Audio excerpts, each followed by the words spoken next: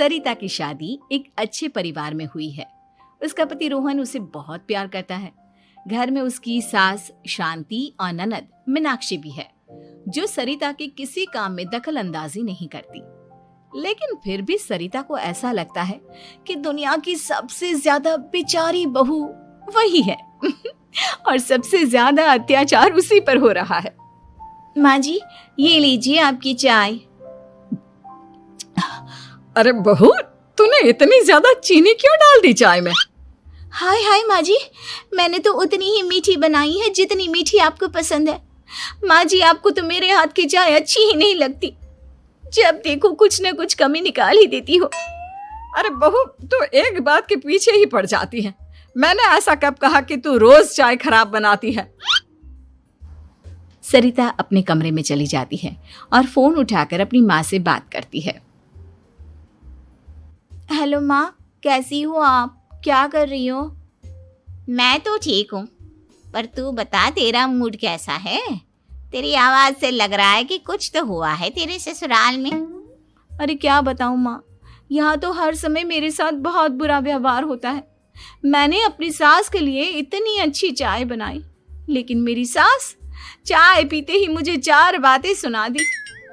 बेटी, तू इतनी छोटी छोटी बातों पर ध्यान ही क्यों देती हो? तुम्हारी सास ने कुछ बोल भी दिया तो क्या हो गया, वो बड़ी है ना तुझसे। माँ ने इतना समझाया, लेकिन इस बात का सरिता पर कोई असर नहीं हुआ। अपनी बेचारी बहू की छवि वो बदलना ही नहीं चाहती। अगली सुबह सब नाश्ते के टेबल पर बैठकर नाश्ता कर रहे थे, तभी सरिता ने अपने पति से कहा, सुनिए जी, मुझे ना आज बाजार से कुछ सामान लेकर आना है। आज आप ऑफिस से आने के बाद मुझे लेकर चलना ना। भाभी, मुझे भी कुछ किताबें खरीदनी है। आप दोनों जा ही रहे हो तो मेरी किताबें भी ले आना। लो, अभी तो बात ही की है बाजार जाने की, तो एक फरमाइश आ गई। माँ जी, आप भी बता दो कुछ, और हाँ, मोहल्ले वालों से भी बोल दो अगर वो कुछ मंगवाना चाहते हो तो।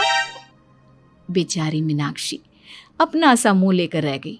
ये सब देखकर रोहन से चुप नहीं रह गया और वो गुस्से में बोला, सरिता, क्या हो गया है तुम्हें? मीनाक्षी ने तो सिर्फ किताबों के लिए बोला है। तुम्हें मीनाक्षी से इस तरह से बात नहीं करनी चाहिए। माफी मांगो उससे अभी। क्या? मैं माफी मांगू? दिन भर आपके घर के काम करूं मैं, आपकी और आपके घर वालों की बातें सुनूं मैं, और अब माफी भी मैं मांगू? ऐसा कभी नहीं हो सकता। ये बोलकर सरिता वहां से चली जाती है। एक दिन उनकी पड़ोसन घर आती है। अरे सरिता, क्या कर रही है? और क्या करूंगी भाभी जी, बस घर का काम ही कर रही हूँ। आप बताओ कैसे आना हुआ? अरे मैं तो तुम्हारा हालचाल पूछने आई थी, लेकिन तुम तो बिजी लग रही हो। कोई बात नहीं, मैं बाद में आ जाऊंगी।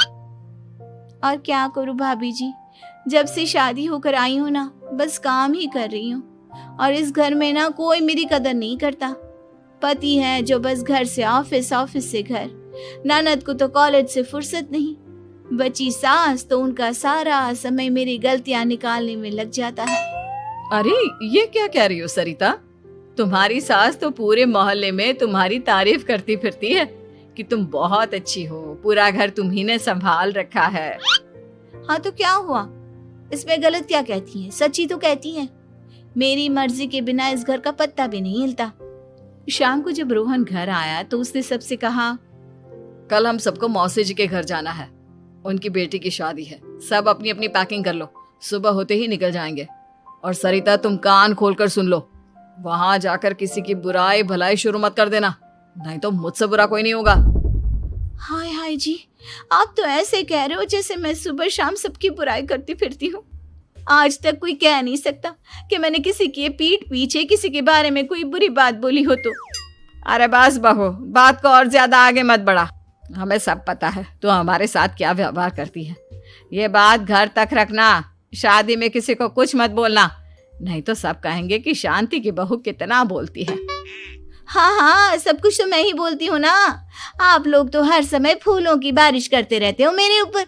सारी गलती मेरी है जो मैं इस घर में आई। सबका कितना ध्यान रखती हूँ, लेकिन फिर भी मेरी तो आप लोगों की नजर में कोई कदर ही नहीं है। अगली सुबह सब लोग मौसी जी के घर पर चले जाते हैं। वहां पर शादी का माहौल होता है। सब जगह चहल पहल होती है, बहुत सारे मेहमान आए हैं।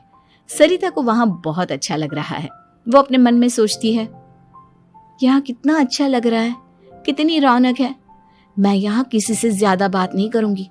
अगर मेरे मुंह से कुछ ऐसा वैसा निकल गया तो रोहन जी तो मुझसे गुस्सा हो जाएंगी। सरिता ये सब सोच ही रही थी कि वहां रोहन की कजिन साक्षी आ गई और सरिता से बोली, आप सरिता भाभी हो ना?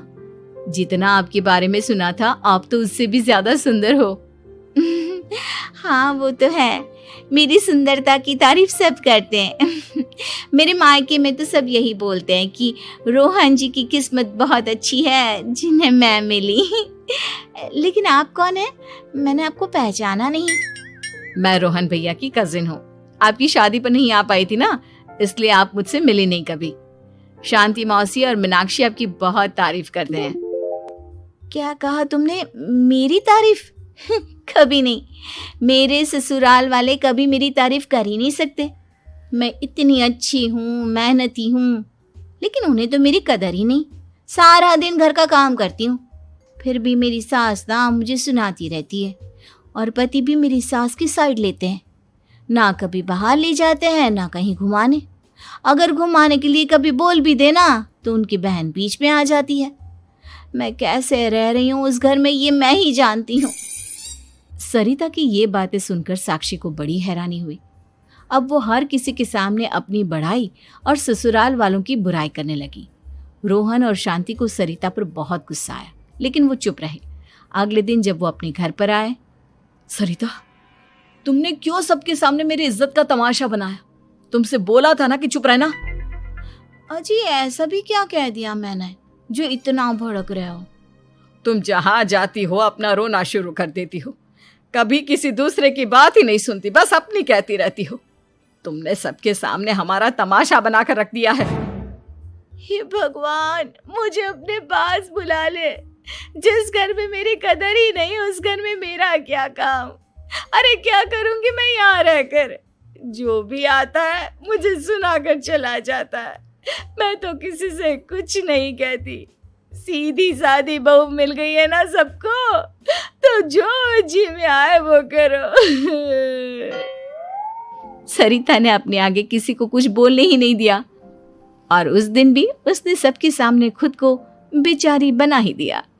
अगले दिन मीनाक्षी कॉलेज के लिए लेट हो रही थी, इसलिए वो हर काम जल्दी जल्दी कर रही थी। अपना नाश्ता लेने किचन में गई और पतीले में रखे गरम दूध को गिलास में डालने लगी। दूध का पतीला उसके हाथ से छूट गया और गरम गरम दूध उसके हाथ पर गिर गया। ओए माँ, हाय मेरा हाथ, माँ मेरा हाथ जल गया। मीनाक्षी की आवाज सुनकर सरिता दौड़ती हुई आई। ये क्या किया तुमने? तुम्हें नाश्ता चाहिए था तो मुझसे बोल देती, मैं क्या मना करती थी? अब पता नहीं कितने दिन की मुसीबत पाल ली तुमने। सरिता मीनाक्षी को उसके कमरे में ले गई और उसका बहुत ख्याल रखा। उसका इस तरह से ख्याल रखना शांति और रोहन को थोड़ा अजीब लगा। माँ, सरिता के दिमाग का भी कुछ पता नहीं। कल शादी में सबको इतना कुछ बोल कर आई है हमारे बारे में, और अब मीनाक्षी की कितनी अच्छी देखभाल कर रही है। ये ऐसा क्यों करती है? बेटा, तेरी बीवी की ना आदत हो गई है सबके सामने खुद को बेचारी दिखाने की, और आदत इतनी जल्दी नहीं बदलती। जब ये बोलना शुरू करती है तो रुकने का नाम ही नहीं लेती, इसलिए इसे पता ही नहीं चलता कि ये किसके सामने क्या बोली जा रही है। लेकिन दिल की बहुत अच्छी है। हमें भी अपना दिल बड़ा करके ये जैसी है इसे स्वीकार करना चाहिए।